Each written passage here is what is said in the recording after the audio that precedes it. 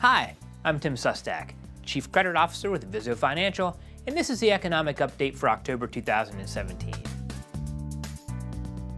Today, we'll take a look at some recent economic statistics, the effect hurricane season is having on them, and what effect, if any, this has on a Fed rate hike in December. So, the most recent look at the employment situation that was afforded to us on October 6th contains some pretty interesting results. For starters, payrolls came in negative for the first time in 7 years, falling by 33,000 jobs, significantly weaker than the consensus estimate for a gain of 80,000 jobs. Also falling was the unemployment rate, which came in at 4.2%, though economists predicted it to be flat at 4.4%. Maybe most interesting is that wages jumped in September, showing a 0.5% increase for the month, which boosted the year-over-year rate to 2.9%.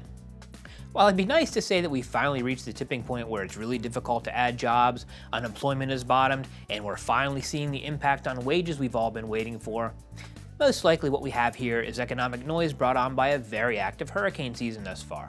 The question is, how much is noise and how much is normal? That's hard to say, but we know for sure that the payroll number was affected, as a survey that generates the data does not count a person as employed if they're not paid for any part of the pay period that includes the 12th of the month, or the survey reference week. The Bureau of Labor Statistics, or BLS for short, talks about this on their website and concludes that September payroll numbers were reduced due to hurricane activity, but they cannot quantify by how much. Certainly businesses that employ hourly employees will be affected here, and it's no surprise to see that bars and restaurants were a big payroll loser in the September report, losing about 105,000 jobs. Now, the unemployment rate is a bit harder to correlate, and the BLS does not believe that there was any discernible hurricane effect on the data that produces the unemployment number. This is because, unlike the survey that generates a payroll number, the survey that generates the unemployment number counts someone as employed even if they're not paid during the survey reference week. Could be that the labor market is just losing more slack, and if so, that may give some credence to the wage numbers.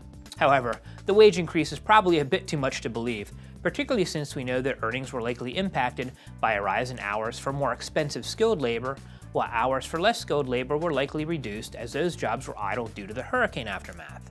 For instance, earnings dramatically increased for utility and construction workers in September, likely bumping up hourly earnings at the expense of the restaurant workers we talked about earlier. Whatever the case, it will be at least a few months before we can eliminate the noise from the data and find out where the economy really stands. That makes the Fed's job a bit tougher going into the end of the year as it figures out when to next raise rates. And we'll talk about that after the break. Home inspections point out flaws in a house. Information security risk assessments do the same for your credit union's sensitive information. With an information security risk assessment from Solievo, we can help you better protect your data.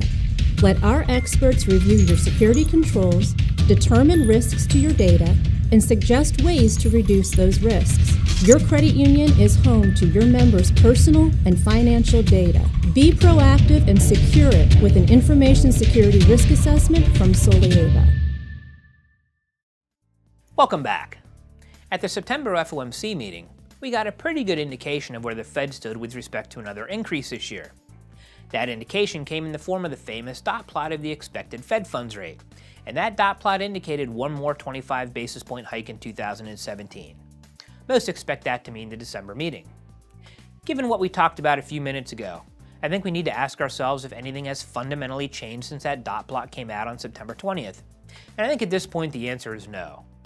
Certainly the current economic statistics are no help in clarifying the real economic picture. And unless we get some significant economic disruption between now and then, I think we take the Fed at their word and prepare for another 25 basis point increase in December. Certainly the markets are preparing and currently expecting about a 77% chance of a hike at the December meeting.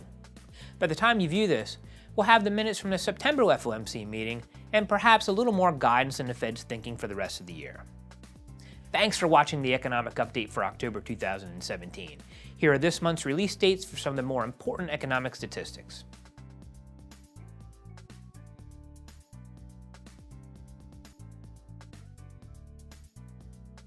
We'll see you again next month for another look at the economy, and as always, thanks for watching.